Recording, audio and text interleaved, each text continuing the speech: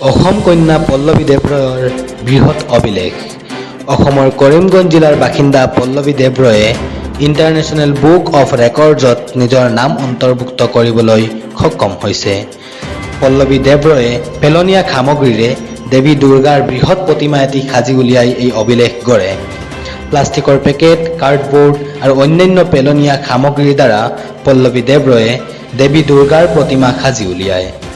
পল্লৱী দেৱৰয় এগৰাকী কৰ্মোদ্যম যুৱতী হোৱাৰ লগতে কৰিমগঞ্জৰ ব্যক্তিগত খণ্ডৰ এগৰাকী শিক্ষয়িত্ৰী। পল্লৱী দেৱৰয়ে সংবাদ মাধ্যমৰ আগত কয় যে তেওঁ পেলনীয়া সামগ্ৰীৰ প্ৰয়োগ ভাল উদ্দেশ্যৰে প্ৰয়োগ কৰাটো বিচাৰে।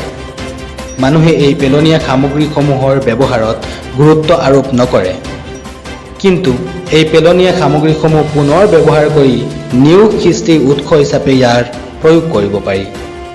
পল্লৱী দেৱৰয়ে এই অভিলেখক লৈ উৎসাহী আৰু তেওঁক কৰিমগঞ্জ জিলাৰ উপায়ুক্ত স্বৰ্গেশ্বৰ পেগুৱে অভিনন্দন জ্ঞাপন কৰাৰ লগতে মেডেল আৰু মানপত্ৰ প্ৰদান কৰে।